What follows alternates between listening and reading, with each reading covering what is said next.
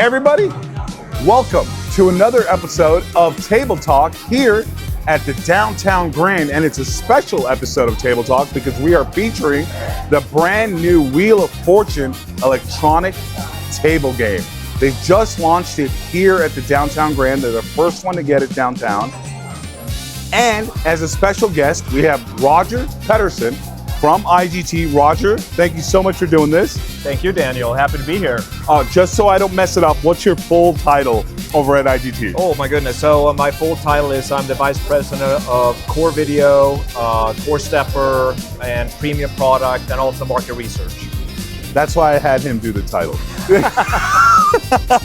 Roger, I'm gonna give you $1,000 and I'm gonna get $1,000. We're gonna play for charity on the brand new Wheel of Fortune. All right. Electronic table game. Do you have a charity in mind you'd like to play for? I do. So I'm gonna play for the Noah's Animal House today, which is a local Las Vegas charity. I love it. I will play for the same thing. Awesome. Yeah, let's do it. this. So we'll put our money in. There's probably in all my years in the industry, I've met maybe a dozen people who speak the same language as I do when it comes to game mechanics and game history. And it's a very small number, like maybe 12 people in the whole industry, and Roger's one of them. And so this is really exciting for me because I love talking to someone that could speak to the industry at a level that I can, and Roger is obviously far beyond me. Roger, your history starts with like on the operator side. You were with Stations, you were with MGM. Do you want to go a little bit into your history and how you got your start? Yeah, so this year is actually my 30th year in the business, believe it or not. 30th? So, officially, yeah. Congratulations. So thank you. So yeah, it's a long time. And Did you get a watch or a pin or something for it? Yeah, exactly. So like you said, I actually technically started on the manufacturing side with Shuffle Master while I was still in college. So I did that for close to a year. But then I joined the MGM group back in the day, with the Mirage organization, and I started my career at the Mirage on the operations side, and then we're really with the goal to open up Bellagio. So that was my big goal, and at that point in time, coming out of college, and so I opened the Bellagio. I was part of the opening team in 1998, and stayed with the MGM Mirage group for about 5 years. And then went to the big local operator here, Station Casinos, which I spent about 20 years with. So I had a lot of fun. And then close to about 5 years ago is when I joined IGT. So it's kind of spent most of my time on the operations side, but getting close to 5 years now on the manufacturing side. And how do you like, which side is there a better one? Is there one you like better? Yeah, people always say the dark side and the light side, right? And I like them both, to be honest. And it's fun to be part of the game design and really creating the next new big hit for the players, right? But at the same time, just the energy of the casino floor, the playing games, seeing the players having a good time, enjoying the games, enjoying the atmosphere, and I really enjoy the energy that the casino floor gives you, and I miss that a little bit from an operator side, not having enough of a connection with the players. But right. But like I said, both sides are fun, and I just love the industry. Period. So that's awesome. Should we start with the Wheel of Fortune game? Let's do it. All right. So we'll start with that. Okay, so I will do $5 bets. Do one on 50, one on 25. Oh, I can only do, bets are closed. Bets are closed. We missed it. Did you get one in? No, not yet. I only got 150 in. Maybe I'll hit the 50 now. I'm too far away. Oh, maybe. Maybe not, actually. Maybe. Watch me hit the, no. No. All right, we will place our bets now. Let's do it now. I'm going to do 150. Come on, open up betting, please. There we go. 50, 25, and 2 6s and 1 4. There we go. How about you? Okay, you're doing 150. All right, I like it. There we go. Going for the 2 pointers here on the jackpot bonus. Oh, so the more you bet, the more pointers you get? Exactly, yeah. So as you bet up to the $30 bet, gets you to that 2 pointers. So. And if you go up to 70, it looks like it'll get you to the third. Do you know what the max is? I think it's $650 to get all 5. All 5 it's pointers. A pretty steep bet. Yeah, that is a pretty steep bet. Yeah, that's a pretty steep bet. And that'll give you all 5 pointers when you go to the bonus round? Correct, yeah. Okay, all right. So, Roger, I wanted to ask you, how did your time on the operator side, how do you think it helped you now that you're on the product side? Did it give you insights into what the players want? Yeah, certainly. I mean, obviously, being in the on the operations side for 25 years and just kind of seeing the evolution of player preferences and which games are really resonating with players on the casino floor really helped me kind of stepping into the role of being part of the gaming manufacturing side, right? And just seeing all the best games from everybody and which, from a bet perspective, which bets are players looking for and those kind of things, right? So certainly being on the operations side definitely helped me and I was always, even though I was on the operations side, I was always very much interested in the game side of the business and always work to position my slot floors to have the most relevant, latest and greatest products. I was always very much into knowing the trends and which games are really kind of gonna hit the mark with the players on the casino floor. So, right. So that really helped me as well, just with being more product focused in making that transition over to manufacturing. Are you side. a player yourself? Absolutely. I love playing games. So. Okay. And is that where you think your passion for the product comes from? Is the fact that you play these games and you absolutely enjoy them? Absolutely. I mean, I enjoy playing all games. I started early in my career playing mostly table games, and then transitioned to video poker, and then transitioned to now playing video slots and video poker. So those are my two favorite games, probably. Video poker, and what was the other one? And just video slots in general. Yeah. You want to put down some bets here, Roger? Yeah, let's do it. Let's see. I'm going to repeat my 4 bet. seconds. Oh, I got to repeat. There we go. I just did a repeat. Yeah, it wouldn't let you repeat it because it passed a couple cycles. But yeah, we can hit repeat. That'll actually make the conversation easier. We'll just hit repeat between rounds so that we're always betting. What's your favorite game? Since you're a player, do you have maybe an all-time favorite and then a current favorite? So my all-time favorite is, from a video slots perspective, is the Magic Treasures brand. Love that game, and the latest one that's out there now with the Magic Treasures Gold is my current favorite within that family, and it's just evolving that original one, adding a couple of more pots, just adding a little more game depth, and just that's the one with the 3 Moneyball boxes, right? Yeah. So I'm a huge fan of that game, and then we actually, my current favorite is actually one that's not out yet. That's one we're working on. It's actually an evolution of the Magic Treasures brand. So you'll see it at G2E this year, and it's coming out later this year. So it's called Magic Rocket. So keep an eye out for that one. Or are you combining Rising Rockets with Magic Treasures? That's exactly what we're doing. Okay, I love both those brands. Yeah, and it sounds like an interesting marriage, but the combination actually works really well together. And I just love how this game plays, and I just can't wait for it to get out of the marketplace, and I can play it live at the casino. I can already see the Rockets going up to different Moneyball chests and stuff. That's pretty exciting. Yeah, it's going to be a fun game. Yeah. So let me ask you a couple questions that the average player is curious about. So for example, we're both playing with our card right now. Does it make any difference to have your card in or not in as far as the gameplay goes? No, not from a gameplay perspective. Absolutely zero. I mean, the game is independent of the marketing program, which is obviously the card is for, and the loyalty club, and so the game has no knowledge whether you have a card in or not. It's just gonna go through its random generator and assign whether you were lucky with Lady Luck or not, and sometimes you win and sometimes you lose. But the card is really just for the benefit of the loyalty program, to get the free slot play and other amenities such as food comps or hotel rooms and shows and those kind of things, right? So if you're gonna play, why not play with a card, right? I mean, it's you're gonna have some good things coming from the player club when you play with the card. So that's what I always tell people. I always tell people, look, it doesn't make any difference as far as your game goes, and you should use it because you'll earn free food and free rooms and stuff like that. That'll always come in handy. Exactly.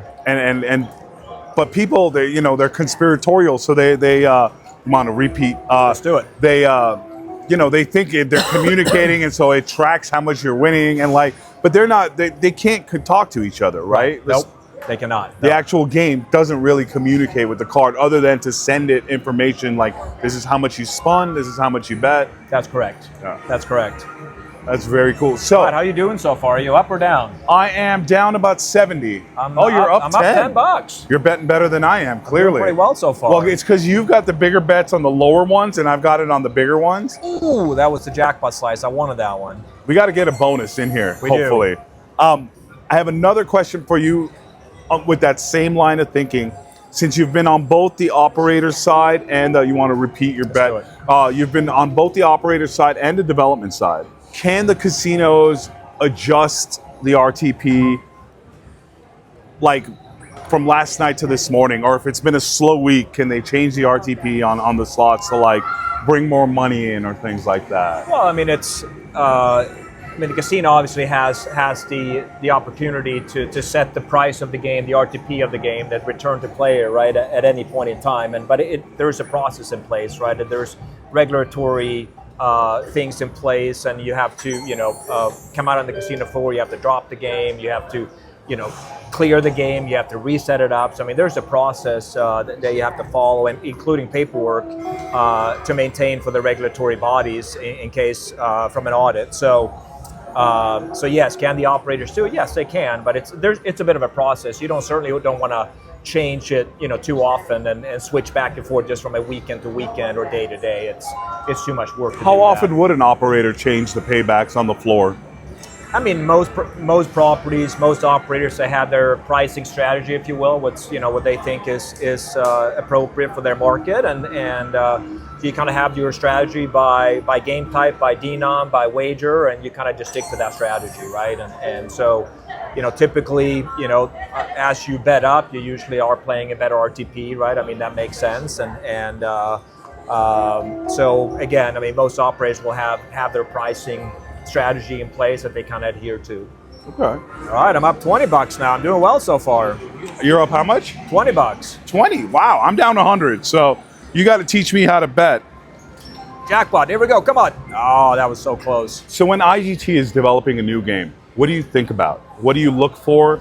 What's the thought process that goes into the market research and what have you of a new product that you're putting on the market? Yeah, that's a great question. I mean, and really our creative process starts at the studio level. I mean, the producers, the creative teams, they come out with a lot of great ideas, and then we kind of go through all the different ideas and kind of talk about and vet the different concepts to really pick the ones that we think are the most relevant for that point in time, based on the mechanic set, the theme, the trends in the industry. And so really the creative process really starts with the producers and the creative teams, and then we kind of work through which ones we decide to bring to market. And it could be various different approaches, right? Sometimes we go to evolve some of our great classic brands that we have, like Stinkin' Rich and Wolf Run and others, or we look to evolve more of an emerging brand like Magic Treasure. Sometimes we might do a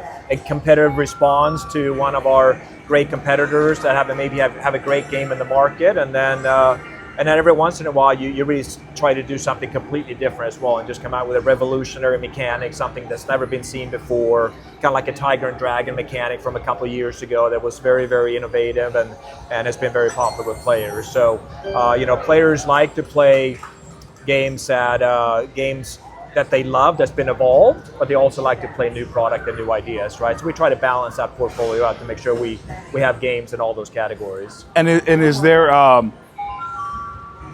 we missed the bet. Yeah. Is there I'm guessing it's proprietary, but is there like, we're going to put out 40% new product, we're going to put out 40% iterations on brands, like how do you decide how many of which to put out and how much the market will bear? Yeah, we definitely have a strategy behind that. It's probably too much in detail, but for me to talk to, but because it is a bit of a competitive intelligence and a competitive edge, that I don't want to share too much information there. But fair. We do have a strategy in place, and when it comes to IP, right? I mean, IP is a little bit trickier because it's they come with a lot of the brand power, like Wheel of Fortune, that we're playing right now in the ETG space, and obviously one of the greatest IPs in the business, going back 30 years now. All right, come on, we solved the puzzle. Here we go.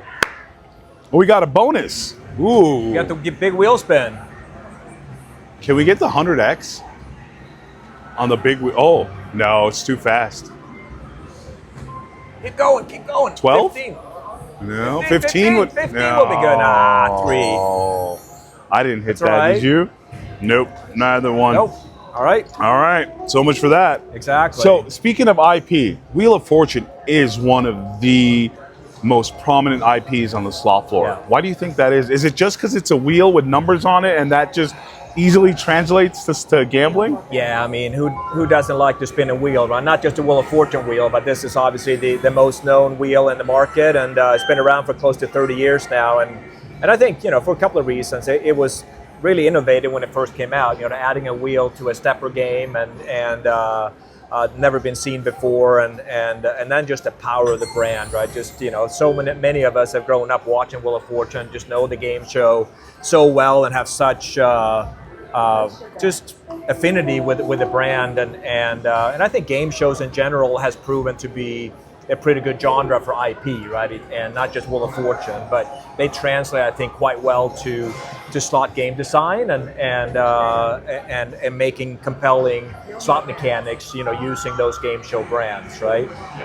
Music brands, I would say, have been a little bit more spotty in success, right? And I mean, obviously, music is very individual. Do you like that person or not? And so that has been a little bit more spotty, I would say. And there's been a couple of brands that have hit the mark, and we've had good fortune with the Whitney Houston brand the last couple of years. We launched that slot machine, and it's been very popular. So when you reach, obviously, a musician with the breadth and the following of Whitney Houston worldwide, I mean, it's a big draw. But other musicians have been a little bit more spotty, I would say, in success over the years. But What do you look for in a new IP when you're thinking about, should we license this IP or this? What are you looking for? yeah, I mean, a lot of research goes through that process, right? Just understanding the popularity of the IP with certain age demographics, or certain countries and everything else where you're trying to position the product, right? And you want to make sure the license appeals to, obviously, as broad of a demographic that you possibly can. So you don't necessarily want to exclude.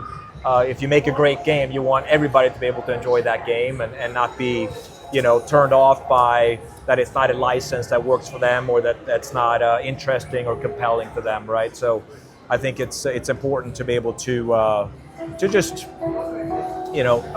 come out with licenses that speak to the broadest amount of people possible. And if you make a great slot game on top of that, then the game is going to perform, right? Yeah.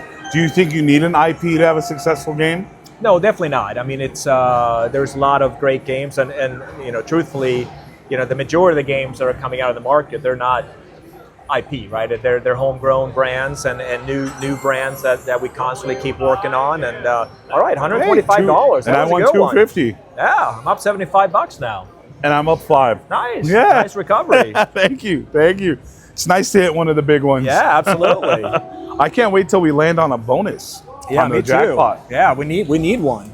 Yeah, so I mean, you definitely don't need IP to succeed, and again, most games don't have an IP attached to them. But at the same time, if you do have a great concept and a great game, all right, with big multipliers being added. Oh there. my goodness! Will we get lucky? Oh, I don't think it's going to make it all the way back around, Roger. No, I but don't think so the either. bonus. Oh my God! Oh my God! Is it? One more! Oh, come on! Oh, we That almost was had so it. close. We almost had it. That was so close. We almost had it. I mean, again, if you have a great concept, a great game, and you add some of those great assets that an IP, comes with, right? From a maybe if it's a movie license, you have movie clips, and you have music if it's a music license, and so it definitely can add a lot more entertainment value when you can bring in some of those awesome assets that some of the IP brings to the table, right? That's great. I love, like I said earlier, I love the passion for which you speak to games. It's rare even in the industry. We talked a little bit about your It's history. good I didn't bet there because I don't bet on that one usually. Yeah, So I don't worked bet out. I the missed little that ones bet, at but all. That's okay. You saved money. I did. You saved money by missing your bet. What got you? You said you started in your college days with Shuffle Master. Yep. What got you interested in slots like at a young age? Because young people aren't known for gambling, really, right? Like people usually tend to gravitate towards gambling later in life. Yeah. But you started young. Like you had a passion for the industry young. What was that I all? did. I mean, it's I've always been interested in games, even as a period, just going back, playing with my family growing up, card games and board games and everything else. Right, I played a lot of games with friends and family growing up, and then in my late teens, I grew up in Europe. I had the fortune of traveling quite a bit through Europe as I was playing tennis, and so for some reason I always was interested in visiting casinos in my 18, 19, and 20-year-old days in Europe, which is legal age, by the way. I wasn't underage. Yeah. So, and I always just gravitated to visiting the casino, not always to play, but just kind of checking them out, just feeling the vibe and the energy and everything else that I love about this industry. And so when I came to the U.S. to go to school here at UNLV, it was just a natural fit to kind of join to choose the hospitality program, the well-renowned hospitality program, and focus most of my attention on the gaming side and the gaming courses that they offered. And so again, I've always been interested in the gaming industry from the opportunity of traveling around Europe and checking out those casinos, and kind of just took a life on its own. And did you play video games as well growing up? Again, I started with playing, mostly blackjack and roulette, which is obviously the big European games, and then didn't get to experience craps until I moved to the U.S. because it's really mostly a U.S. game, right? And it's probably my favorite table games product, by the way. I love craps. And, okay. Oh, 150. All right, $150. Same here. Dude, I'm back up to being $5 up. You're up 105. I'm up $100. Wow. This is good. All right. You might want to repeat your bet. Let's there do we it. go. And but did you ever play like Mario and Nintendo and like actual video games? I actually did not play. I did a little bit, but not much actually as a kid. I was as I said, I was very busy playing tennis back then, and wasn't really. Here we go. Oh, some nice multiplier upgrades. Oh, here we go. Some 50Xs out there. 50. Let's do it. We might make it. We might make it to the 50. Maybe. Come on, baby. Oh, we might. Oh my! Oh, that would have been lovely. I mean, when you were at UNLV, did you ever think you'd end up making games that millions of people would be playing? Oh, definitely not. I mean, for sure not. I mean, it's at that point I was definitely working towards the operation side of the business. Again, opening up Bellagio, which was going to be the big new project on the Strip, and I didn't necessarily see myself on the manufacturing side at that point in time. And again, I actually started in table games at the Mirage, but over pretty quickly, within about 6 months or so, I realized that just seeing what was going on the slot floor, just new machines coming in all the time, different games, and just that is such a fast-paced industry on the slot side that was probably going to be a better fit for me. And so I pivoted early on my first year at the Mirage to focus more on the slot side, and I've never looked back. I mean, I've just loved everything about it, and I've just always stayed on that side of the business. So it's a great industry. I love it. I personally grew up around gambling. My parents gambled. And for a long time, there was a stigma around gambling, and now it seems to be much better the last, 10 years or so? Why do you think that is? Why do you think we've become much more comfortable with the idea of, look, I'm just here for entertainment, just like I would go to a movie or what have you? 100%. I think, part of it is obviously the explosion of gaming in the United States over the last 25 years, right? You look back 25, 30 years ago, there was really Las Vegas and New Jersey, right? Atlantic City. That was pretty much the only two locations for the most part, and then with the Native American casinos just booming across the country and amongst with other states allowing gaming, land-based gaming, it's just become available throughout the country in so many more places than ever was before. Instead of just having to go to Vegas or having to go to Atlantic City, it was available in your backyard. You get to make a weekend out of it, just travel. And so I think just the accessibility of casinos across the country has really helped, just more people try it out, and it's kind of lost the stigma, right, a little bit, and just made it, it's just at the end of the day, it's just great entertainment entertainment value. And We just hit a 25. You won 125. I won 250. I'm up 12. You're up I'm to up 12? $200. I've almost caught up, Roger. This I is just good. want you to know I'm at 1165. We still need to hit a jackpot though.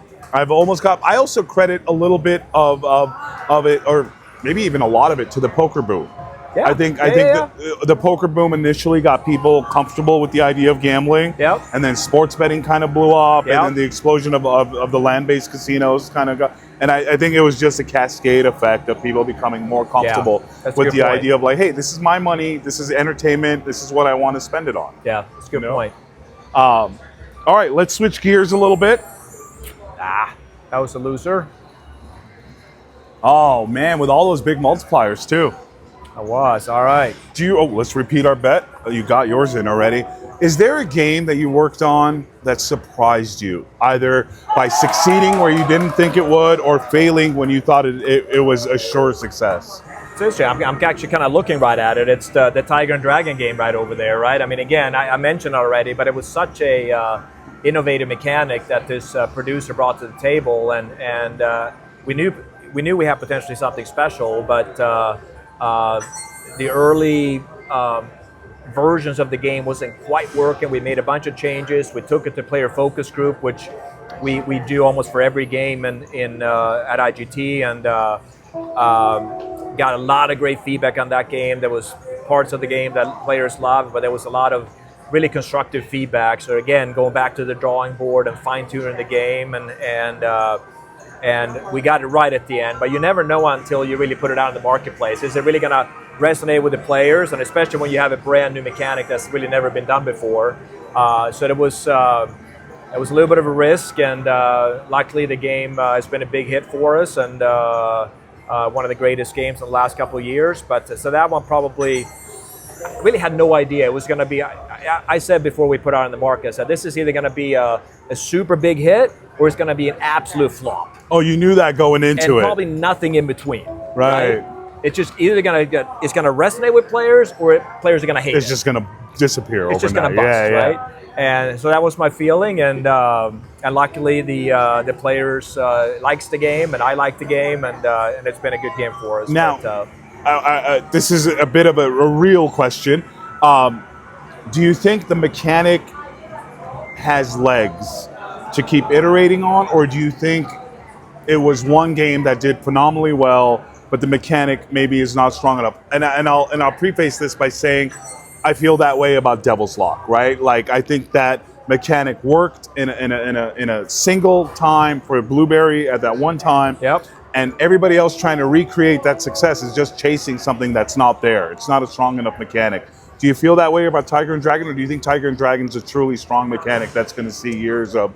Yeah, I think it will. I mean, I think there's a lot of opportunity to continue to evolve and fine-tune that mechanic, right? And it's beyond its current form, right? And so we're certainly going to continue to evolve that mechanic, and we have some other games in the works right now that we're going to show at G2E as well, and that are has that DNA in it, but is still playing very different, right? So I think that's the key. If you got to build upon the success and create new experience, right? And lean into that mechanic. So I definitely think there's still life left. There's still life in that IP, for sure. in that mechanic, for sure. I think so too. I think you're right in that you'll need to iterate on it and really kind of improve the mechanic as you go. Yeah. But I don't think it's like the center block mechanic of Devil's Lock, where once you've seen it, you're kind of over it. Whereas with the Tiger and Dragon, I think it's dynamic enough that every time you're looking forward to what numbers are going to combine, how many numbers you're going to get. So it's always a new chase. Yeah. Whereas with the other mechanic, you have one chase that gets old pretty quick. Exactly. Yeah. Yeah. And of course, the arrow has a lot of excitement in it when you get the arrow in Tiger and Dragon. You just never know how big that number is going to get. And sometimes it can get pretty big. I played Super Arrow Tiger and Dragon last night. I got a video on it. It'll be going up in 2 days. And that new Diamond Arrow is so exciting because you're like, oh. And it's like, I know you can't go too deep into the psychology of what's behind the scenes here, but that just added step of like, oh, this is an even better arrow that I just got is so like satisfying. It just adds more depth to the game, right? And just more win potential potentially, and all those things, right? So we certainly see. Oh darn it! Yeah, we almost had a nice multiplier We there. did. Yeah, That was close. We certainly see game depth, right? I mean, in a lot of the modern games, there's a lot going on, right? There's a lot of game depth, a lot of features, and so just leaning into just adding more features in any game, right, is kind of the trend right now. So a natural fit for the Tiger and Dragon, obviously, is to add more arrows, bigger arrow potential, and kind of leaning into the DNA of that game, right? yeah, and I appreciate that as a first game in a series, or at least a new IP, that you didn't try to fit in 100 different mechanics to the game. You just, this is Tiger and Dragon, this is the mechanic of the game. Yep. And then once it worked, we almost had the 15. Almost a 15. Yeah. So if we Darn it. had the 15, we would have gotten paid on the 6th spot, right? Yep. Okay. Because that was boosted. The multiplier was boosted. Exactly. That would have been a nice one. Would have been $150 for me. You mentioned player focus groups when you guys do your research on what's working and then going back to iterating. Do you have any, what's the funniest bit of feedback you've ever gotten, or something that stood out that still sticks in your mind from one of these player focus groups?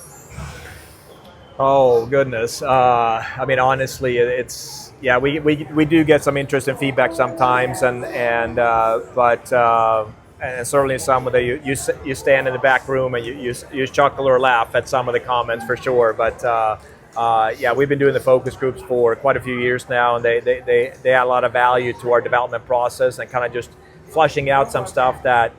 Maybe it's not clear to players, that's confusing to players, and where they like the curb appeal and those kind of things, the mechanics set. But something really funny, I mean, I have to admit, one of the most enjoyable sessions was actually one that you participated in. Oh. If you remember, about a year ago, the triple, the Cleopatra triple fortune. I just saw that on floors the other day. So it's greatly improved since then, and part of that was your feedback and others, right? And I just remember that the math at that game at that point in time was not where it needed to be, and you were quite vocal about it, so which I appreciated, and so I was just standing in the back room listening to your commentary of why would they do it that way, and oh, that's stupid, and kind of thing, right? So I was just standing in the back room just chuckling as like I love that feedback, and then other feedback we got was very similar to yours, and so we made a lot of changing on the math ride, and the game is a lot better for it, and it's out in the market now, and I'm excited about Cleo Triple Fortune, even though it technically has 4 pots because it's got a jackpot pot as well, so it's more than 3 technically. Ooh, we won nice. 150 each. $150. We landed on a multiplier 6. Back up $70. That was nice.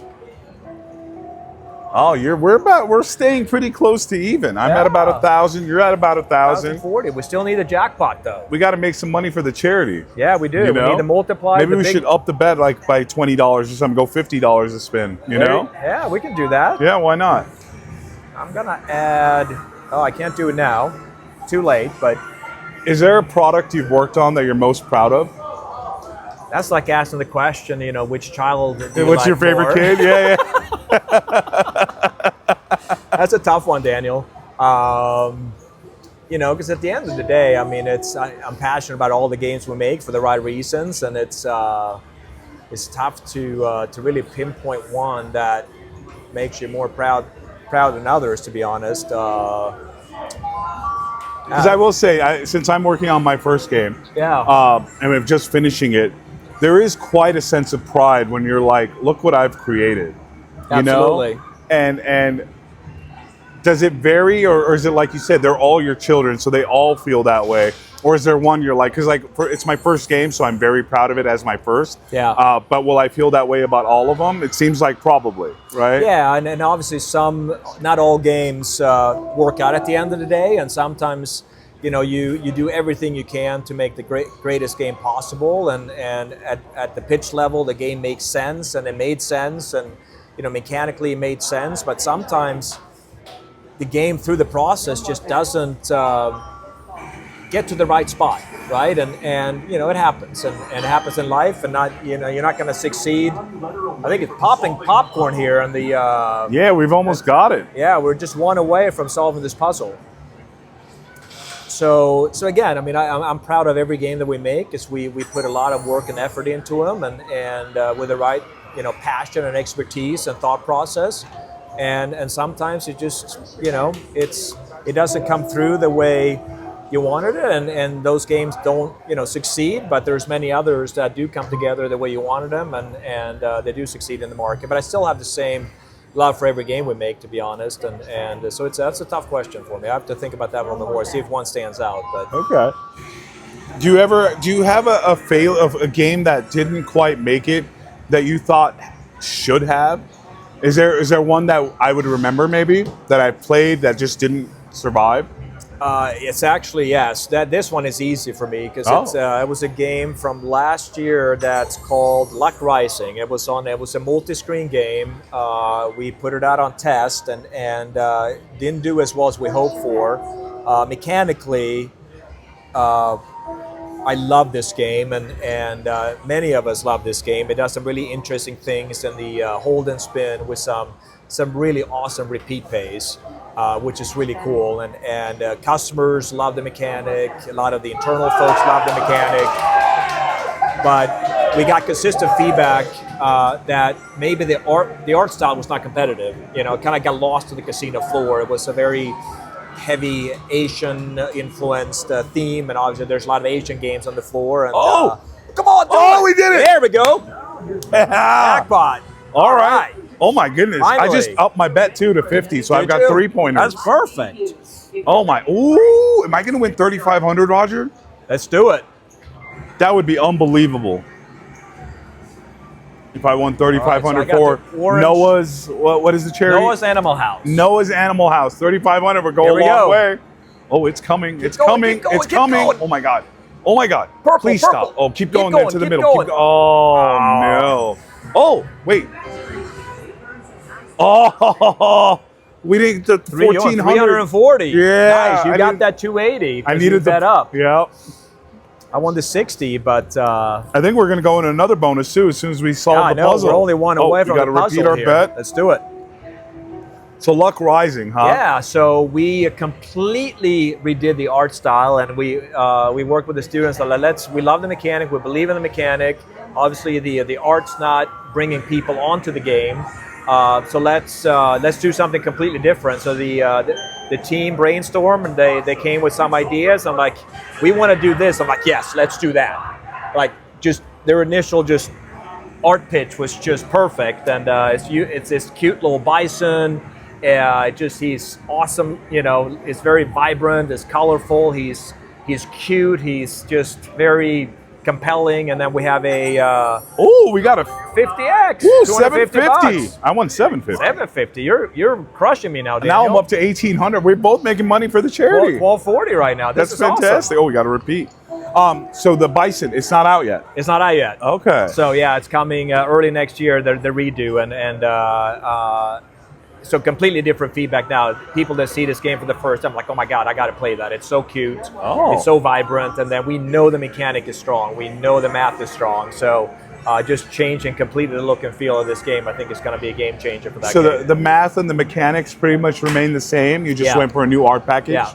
We made some subtle changes on the math, but very, very subtle. Okay. Yeah. So what? Again, I know you can't go too much into detail, but what in your process tells you that the math is working, that the mechanic is working, but the art is not? Like, how do you differentiate because it's more of an art than a science, really? So. Yeah, and we do have some tools at our disposal that we look at, from a math perspective. We make so many games. We make over 100 games a year, so we do have pretty good sample size that we can draw from and to learn from our successes and our less successful games. And then just there was so many internal people and customers that saw this game that just thought the mechanic was just phenomenal, right? And the ride of the game was phenomenal. So, and then we did have, even though the game did not pass our test bank that we put it on, there was at some properties where it did extremely well. So where people found the game and they did land on the game, it ended up performing very well. It was just that initial curb appeal just wasn't there. So we do believe just expanding. So you realized It was getting the butt in the chair that was the problem, not keeping the butt in the chair. Correct. Okay. Correct.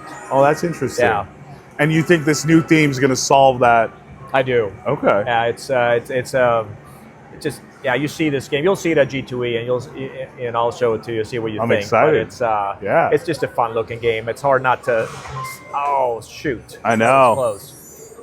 I almost feel like now I should, since I hit the big one and I'm up like 700, I should like pull my middle bets back. Pull the back. I'm still up 150. So. Oops.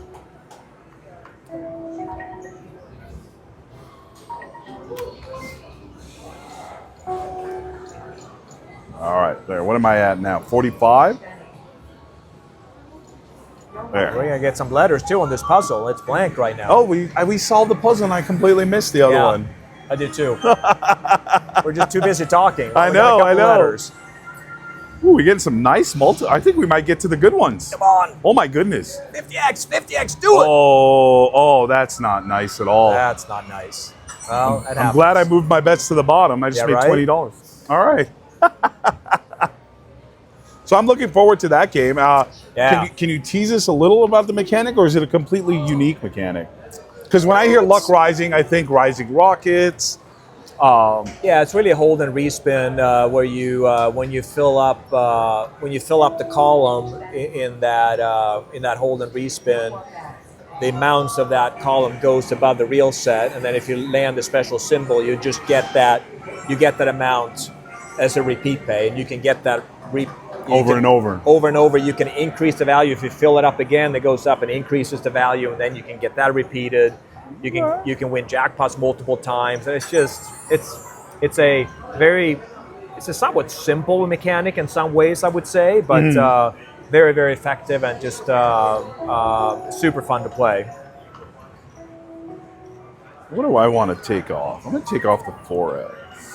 Yeah. All right, I'm still up, so I'm not in too bad of a shape, but No, I think you're doing fine. You're up 60. I'm up 600. Yeah, I got lucky on that bonus we hit.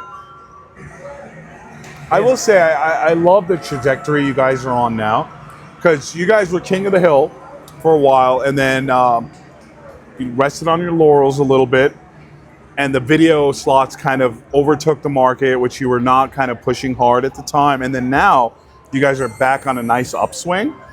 And I will say the polish on your games are like phenomenal. Oh, thank you. Like they look visually just amazing.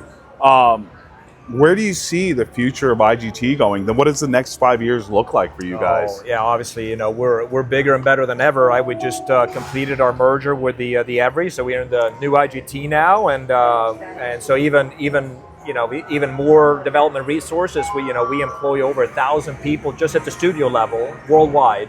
And we're in over 10 different countries, and so we have a huge creative team, and I'm excited about the future and just bringing even more great games. Can we get the jackpot? No! Oh no! Wait, why did we win 25? A consolation prize? Yeah, look at that. We got a consolation prize for Hidden Bankrupt. All right.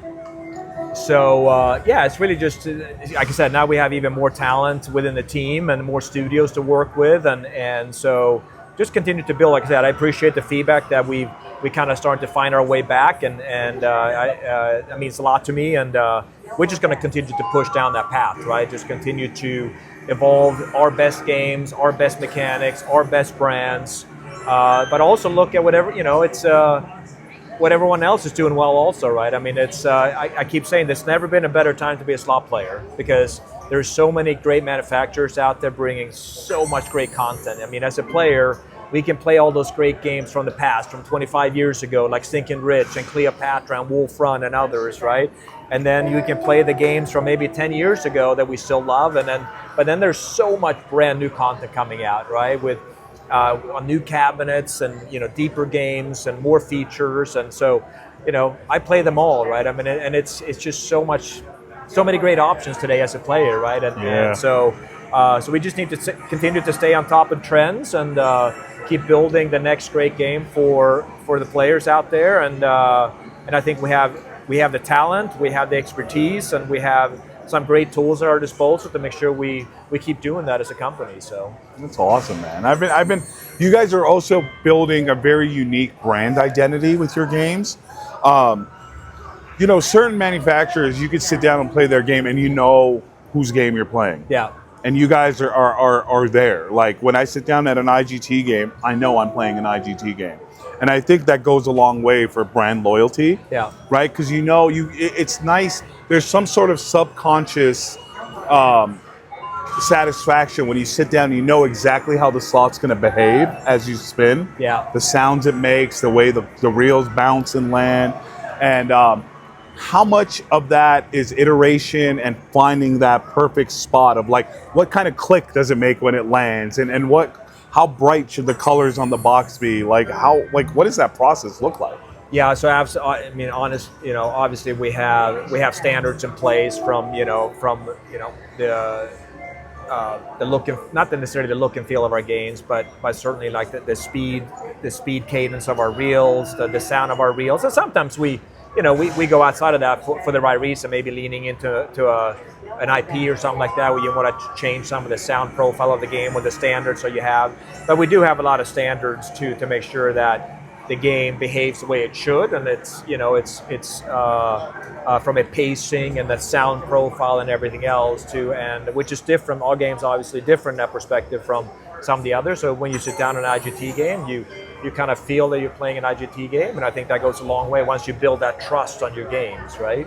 Yeah, absolutely.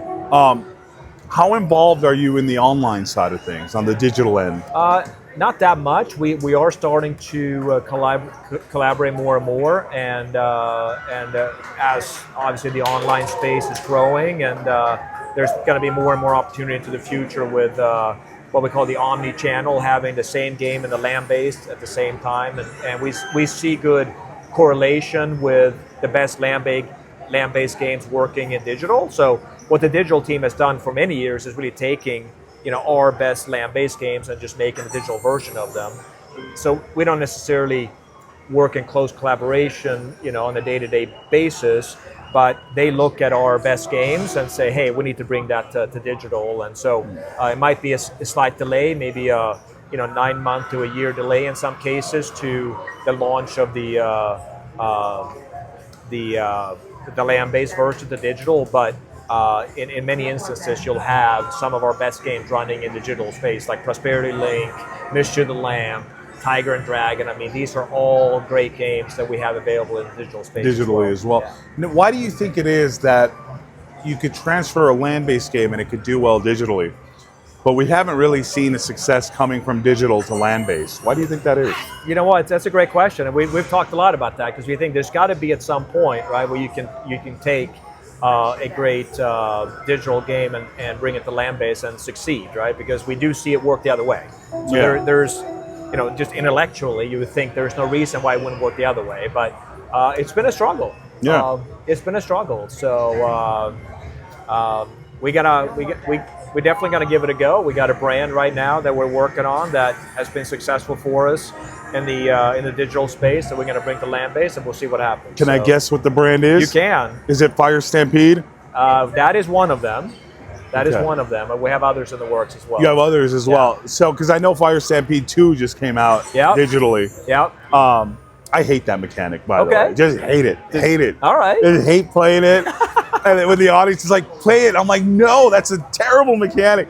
Do you see it succeeding land-based? Yeah, I think it's a bit of a polarizing game, because to your point, that it's not for everybody, but it's you play this game and it's just going out as we speak, actually, and it's the first one. The first one, yeah. The Fire Stampede, and it's. Once you play it, I mean, it's a very different game, right? I mean, so many games now is the triple pot, 4 pots, 5 pots, and this is none of that, right? It's a super strong base game. I've had up to a 400x base game win in this game, and I had a 250x just the other day playing it, and so it's a very rich base game compared to a lot of the modern games that we have out there today. Otherwise, so it's going to stand out from that perspective. And obviously the mechanic is pretty straightforward. You just got to have connect symbols taking you through to that sixth reel where you have some pretty juicy and attractive jackpots and free games and other things that can happen. So it's a pretty clear path to winnings in that game, I would say, and then it's got a really punchy free games, and with that Fire Stampede Buffalo can help you in many ways, giving you wilds and M1 symbols and the top symbol, which pays more than you think is possible sometimes. I look at some of these screens going, how big is this going to be? And all of a sudden it's like a 200 to 400x, and it's just so I'm a huge fan of the game, but it definitely is maybe not a home run for everybody, and because we do have some internal folks just like you, it's like, this game is not for me. But, I hate the mechanic. Yeah. And that's okay. Yeah, of course. Yeah. Every game is not for everybody. Nope.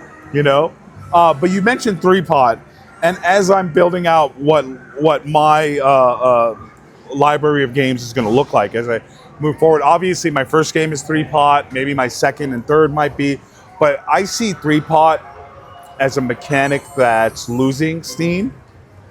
And I was wondering what you thought about 3-pot and what you think mechanics are going to look like moving forward. Are we going to see a lot more 3-pot? Like hold and spin, I don't see going anywhere. Yeah. But I think 3-pot is dying out a little bit. What do you think? Yeah, it's an interesting question, and I mean, it's the 3-pot is very effective in the sense that it advertises game depth very well, right? From a curve appeal perspective. Players currently, are definitely enjoying deep games with multiple features and everything else. And 3-pots are very good at just on the curve appeal side, just showing off, hey, I got a lot of features, right? So, which is, which is important to get the players to try the game in the first place. Nice. Not bad. Not bad. A little bit of recovery. I'm still down a little bit, but just need a big multiplier in the jackpot here, and I'll be back in good shape. So, I want to repeat. Do you see 3-pot having the legs that hold and spin has? I do, but probably not in its current shape and form. It's going to have to be probably evolved in some ways, and I think probably more diversification. I think 3-pot is here to stay.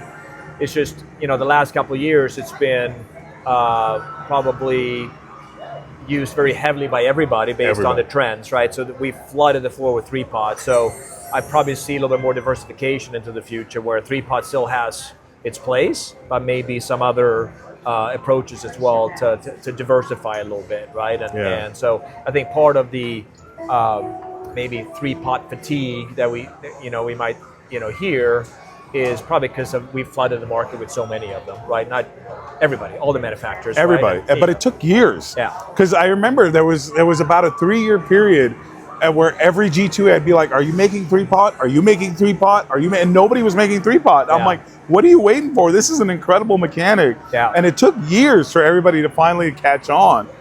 And your competitor who created the 3-pot kind of had a nice run without much competition on it. And sometimes I think, not that I take feedback with a grain of salt, but the other, thing that we've heard for even longer now is that there's some Asian art style fatigue, right? And we've heard that for probably 5 years now. And but when you look at some of the best games in the industry in the last 12 to 18 months, many of them are still Asian games, right? So people's like, I'm tired of Asian games, I want something new.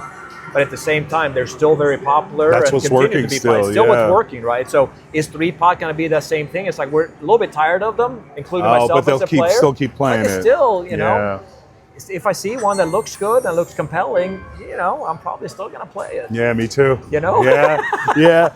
My biggest problem with 3-pot right now is that now that it's come time to iterate, so far the industry's answer is like, well, we'll make it 5 pots. And I'm like, what are you doing? You're adding more pots without any other thought to it. You know what I mean? So I would like to see more in-depth iterating on the mechanic rather than just adding more pots. I'm like, what are you doing with more pots? Yeah, and I think I'm not going to divulge this game, but it's an exciting one we're working on, which we, again, it's another game that you had the privilege to see early in the process and really enjoyed. It's a little bit of a different take on a 3-pot, and It's a game coming out in the first quarter of next year, and I think we're on to something, kind of to your point, evolving that 3-pot experience a little bit and doing something different with it. And we're not going to show it at G2E. Oh, it's one of those. It's one of those. You're keeping it. We're going to keep it a little quiet, and that's okay. 4 seconds. There we go. So you're going to have to wait a little longer on that one. But, all right, but Q1 next Q1, year? Yeah, Q1 next year. All right, I'll look forward to it. Yeah. I hope you'll tell me when it comes out. I'll go play it. I will, for sure. Is it on test right now or Nope. soon? Okay. It will be, we're going to keep this one close to the vest. Oh, you're not even going out on test? It will be, That's, yeah, it will. So still to be determined, when we test it or if we don't test it. But, wow. Okay. Yeah. So more to come on this one, but we're excited about it. So yeah. To your point, a little bit of a spin and an evolution of the 3-pot. Yeah. Oh, I can't wait to play that then. That's exciting. Speaking of mechanics, what is it about cash on reels / hold and spin that has just completely taken over the floor? And obviously it's like, what, 10 years now at least that it's done it. Yeah, just about 10 years, yeah. What do you think it is about it? Is it just seeing the cash value on screen? That's just like, I know exactly how much that is, perfect? Or I think that's part of it. I mean, it's very clear what you're after in the cash on reel games, right? And what you win when you do get into the feature. You just add up the cash values, and that's what you win, right? Mm-hmm. And I think there's something really powerful in that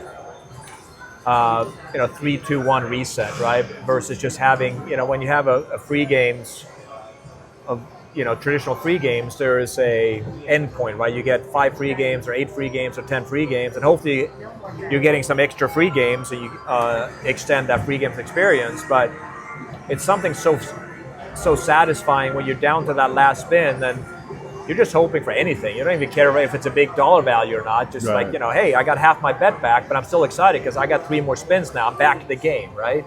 And just that, just unlimited feeling, right, that you can just keep this feature going because you never feel really capped out until either you black out or you finally run out of spins, right? But it's a pretty open-ended experience potentially, right? I agree that hold and spin feature itself, there is a satisfaction, a dopamine hit, if you will, whenever you reset that counter.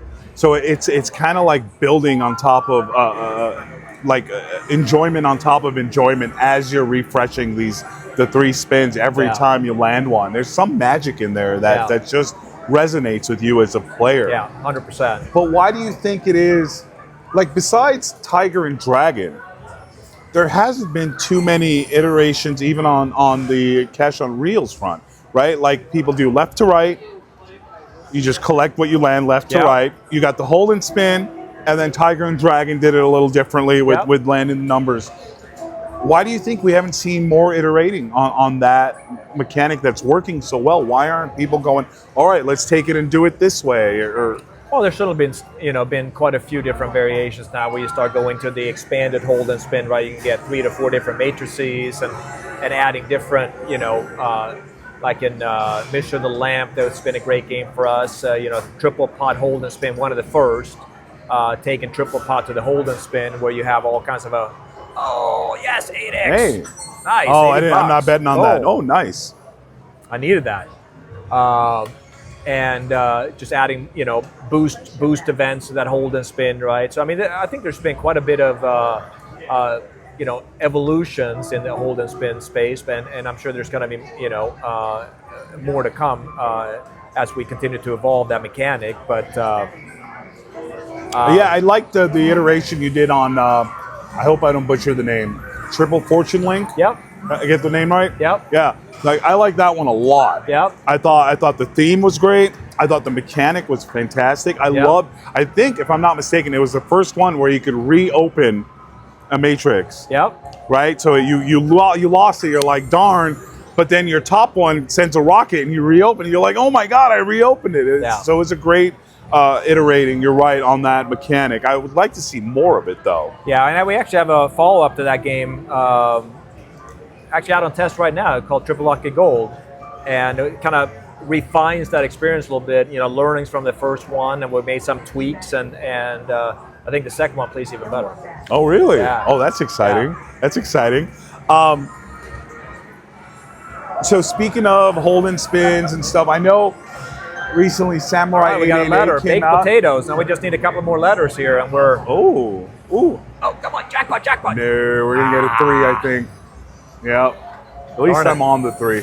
Man, we had some nice multipliers up there in We the did. top zone. We did. We got to get that. Yeah, we're gonna get baked potatoes soon though, so that'll be a good bonus. Yeah, we're close. We've hit one jackpot bonus, right? I would Yeah. like to hit one more. Yeah, likewise. You know, that was a fun 280 or whatever it was I won. Okay, so if Roger could design a game with no feedback from anybody, no focus groups, nobody whispering in your ear, maybe do it this way, what would be the game Roger would make? I would make. Oh my God. Would it be 3-pot? Would it be hold and spin? What theme would it be? I mean, it would most likely have a hold and spin in it. Not necessarily. From a theme perspective, you know, I personally, I'm a huge animal lover, so obviously the Noah's Animal House charity is near and dear to my heart for that reason. And I got 3 dogs and 2 cats at home, so I got a lot of animals. I have a full petting zoo at home, but you know, I have 3 dogs as well, by the way. I don't know if you know that. No, Yeah. I did not know that. Yeah, That's yeah. fantastic. Yeah. I would probably, you know, the dog theme is interesting to me, right? Because I think there's a lot of dog lovers out there, and dogs in nature are very cute, you know, very lovable. So I think a dog themed game could be really interesting and fun. And there hasn't been a lot of them, I would say. And interestingly enough, and you know, we do have 2 in the works, not because of me. I did not have the influence here. It was really the producers bringing the ideas to the table, and we said, you know, we like the ideas and we like the art style, and so we're going to give the dog theme a go and see if there's something there. But yeah, that's probably what I would lean into, because like I said, I'm a huge dog lover, and just make a deep, compelling, cute game using dogs as the as the characters, and that was going to yeah. be my follow-up, because you don't see many, even though there's a million dog lovers out there Yeah. that just adore dogs, adore cats. Why do you think that theming hasn't worked so far? I don't know, and I don't know if it's been tried enough. Maybe, I don't know. You know, to think about how many, you know, a lot of times we've been leaning into more strong animal games like wolves and bison and, you know, eagles and, you know, those kind of animals, right? And maybe less so in the cuter kind of pet spectrum of animals, right? So we'll see what happens, but maybe these games, you know. Woo! Oh, we almost hit the 25X. 50, Roger. That was so close. 125 though. Yeah, That's a little bit of a recovery for me. You're down almost 2. almost 200. I mean, that 50X You got to make some would have moves been. here, Roger. I we do. got to get Noah's Well, charity. we need to get this puzzle completed and then a jackpot feature, and then we're back in business. But I'm surprised by what themes don't work, right? Like, as I was plotting out my game 2 for my studio, I wanted to make a sports game. yeah, And everybody I talked to, I think including yourself, was like, you know, maybe don't make a sports game right away. And, and I'm surprised, because sports is universal. yeah. Everybody knows sports. Everybody knows baseball, basketball, golf, whatever. We're all familiar. The mechanic is something you're familiar with, but they just don't work on the They slot don't floor. work. And same with dogs and cats. But is it, like you said, that people haven't tried it enough? Because the only sports game in recent memory that I can think of that's been tried is NFL. Yeah. And that bombed hard. Yeah. So Yeah, it's tricky, right? And if you know, if you lean in on a sports license or something like that, I mean, there's where a sport in particular, you know, I know I'm going back years ago now. There was an Andre Agassi game, right? I mean, there's a lot of tennis fans out there, but it's not a universal sport. Even NFL, as big as that is, right?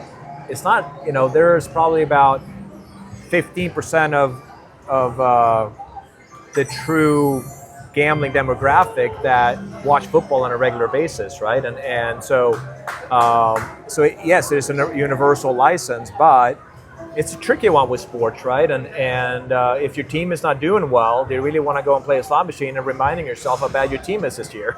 yeah. You know? No, And vice versa, right? So I don't know. It's just, sports has been definitely tricky over the years, and there's definitely a risk when and that's why I gave you that advice. But everyone did. Yeah. Everyone. Yeah, it's there pretty was universal.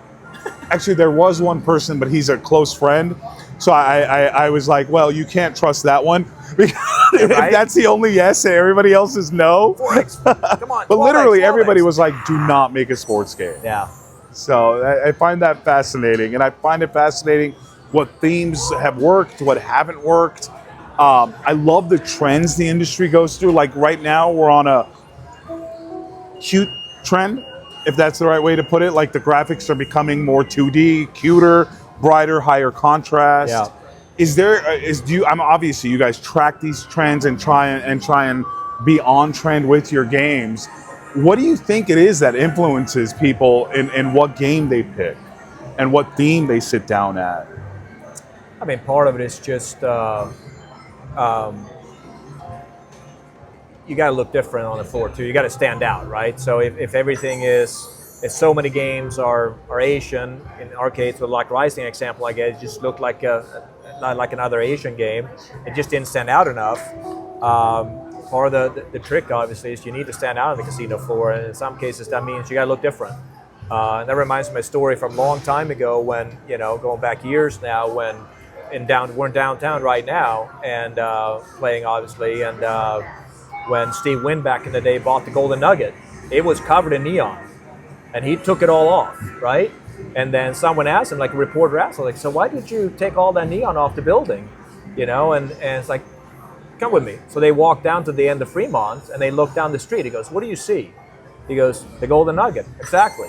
Because that was the only building without neon at that point in time. So it stood out, right? Stood out. And did something Steve different. at the time said that, hey, if everything was looked like the Golden Nugget, I would cover it completely in neon. So sometimes you just got to make sure you stand out. Making sure you stand out a little bit. Yeah. So that's part of the trick as well. Interesting. What do you think it is? We 4X, missed that 12. 4X, come on, one more. You booger. I've switched my bigger bets to my bottom ones All right. because I wanted to maintain profit for the charity. And we're only one away from the baked potato. We're here, still so away from the baked potato, though. we got to get We that. just need 1A. I'm gonna keep pressing here. It's one thing, right, to make a game that does well for a few months and then fades away. What do you think it is that gives certain games staying power, that are on the floor for years and years and that people still play years later? Stinking Rich being, one of those. Yeah. I mean, at the come on, 4X. Oh, you got I got it. All right, got a little money back. All right. Yeah, I mean, it's at the end of the day, it comes down to the math of the game, right? It's the curb appeal is obviously important to to get players attracted to the game in the first place. But with games with longevity, it's really that the math of the game that really takes over. Right? What's the win potential? The meaningful wins that you can get in the game, and just the overall play experience, how the graphics and the math and everything just come together into just a full-fledged orchestra kind of a performance, right? And surprisingly, it's really hard to do, right? I mean, you can get games to play well, but you know what? The string section today is not playing very well. They're off key a little bit, so but to really play like a full Metropolitan, orchestra level, it's very tricky to make a game do that, and it's some of it's by through the knowledge and research of the producer, but a lot of the things at the end of the day is everything just came together correctly, and it's a little bit of luck in place too, and just to get all those components just to play perfectly together to create just a better experience than other games in the market, right? And those are the few games. It's not a long list of games that truly have staying power, right? Yeah. What do you think, about 10 of them? Yeah, I mean, that's probably a good number. Yeah. And the industry puts out probably 500 games a year just for the land base, right? And every year. We can maybe name 10 games that have true staying power, like, Stinking Rich and others, and as part of that is part of that mix, but it's a short list. It is a short Yeah, list. it's something we talk a lot about and we do a lot of studies on, but I don't think anyone has completely cracked that nut yet. I'll give you my theory. Yeah. I think what gives a game staying power, obviously, you need all the initial stuff, right? It has to look nice enough to get the player to sit down. It has to be fun enough. It has to be fun enough that they want to play it and all keep playing it and all that. But past that, what gives it like long-term appeal, I think, is the feeling that you've never beaten the game, right? That you can always do a little better. Like hold and spin is a great example. It's not just that the mechanic, like once you know it, it's that every hold and spin feature, you're like, I could do a little better next time. I could land an extra minor. I could do the blackout. It's dynamic every time, and you feel like you could do a little bit better if you get another bonus. And I think that's what gives a game legs for years and years. Yeah. Like if you never feel like you beat it, you'll keep playing it as long as it's fun to play. Oh, jackpot! Oh my! We almost got it. Almost got it. At least I hit my 2 for $20. We still haven't gotten the puzzle yet, so we got to get the last. I know. How come we haven't had any letters? We just need the A. We're just missing the A. Do you know what triggers a letter happening? Is it random? It's just random, yeah. It just comes up in the middle here. It just comes up with a letter. It just pops up sometimes. Okay, and it's probably a 1 in who knows what chance, right? Yeah. Oh, here's a letter. Oh, we got it. Just as we talked about it. We talked about it. Oh, wow. All right. So it's a fortune let's spin. do this. Can we hit a 50 on the fortune spin, Roger? We can. Will we? That's a different question. Ooh. But let's do it. Oh, it's too fast. It won't come back. All the way around. No, there's no chance. Nope. Can we hit, I don't know, 12 is the biggest one coming up. I don't think we're going to get there. Nah, we hit a 6. 6X. Well, $60. Yeah. What did I make? Oh, I didn't. Was I even on it? Oh, I wasn't on it. All right. All right, Roger, as we wind this down, is there anything we didn't talk about that you want to talk about? Is there anything coming up for IGT you want to talk about that would be exciting for people to hear about? I think I'm excited about G2E this year. I'm always excited about G2E, but obviously with the new IGT, the two combined entities, we have a bigger booth than we ever had. We already had the biggest before, but we have even more square footage this year, so it's even bigger and better, and with a whole new look and feel. So I'm really looking forward to showcasing, the new IGT products at G2E this year, and we had a lot of great games. We just have our showroom completed for our customer meetings that are starting here next week, actually, leading up to G2E, and the showroom looks fantastic. And we have some new hardware. We have a lot of great new games, and I couldn't be more excited about what's ahead, and just keep pushing and making better games. So. Yeah, you have an insane month ahead of you, right? We do. Like it's busy. It's an insane month. It's a busy time of the year. You basically go nonstop until the week after G2E. It's whew. No time to rest in the next 6 weeks or so for sure. No, and it'll be my first G2E. Oh, one more. We did it. We got it. That's how we end the episode with one more jackpot bonus. I only got 2 pointers. I wasn't up to my bigger bet. This is my time to recover here. Roger, let's just get $7,000. Yeah, that's it. That's all I want. We both have 2 pointers, right? Yep. Okay. Can we please? Is this? Oh, $7,000's coming. Oh my! Come on! Purple. Oh my God! Please! No. 280. I'll take 280. Oh, 280. Who got 700? Oh, nobody. I got 120. Oh, we got 120. All right, that's a great way to end it. That was a great way to end it. We got a bonus, we got a little bit of money, and I'm at 1150, and you're at 710. So what is that, 1860? 1860 for Noah's Animal Foundation? Noah's Animal House, yeah. Noah's that's Animal awesome. House. Roger. Thank you very much. Thank you so much for doing this. I really appreciate it. Guys, this was Table Talk here at the Downtown Grand with Roger Pettersson from IGT. Thank you so much for joining us. We'll see you next time.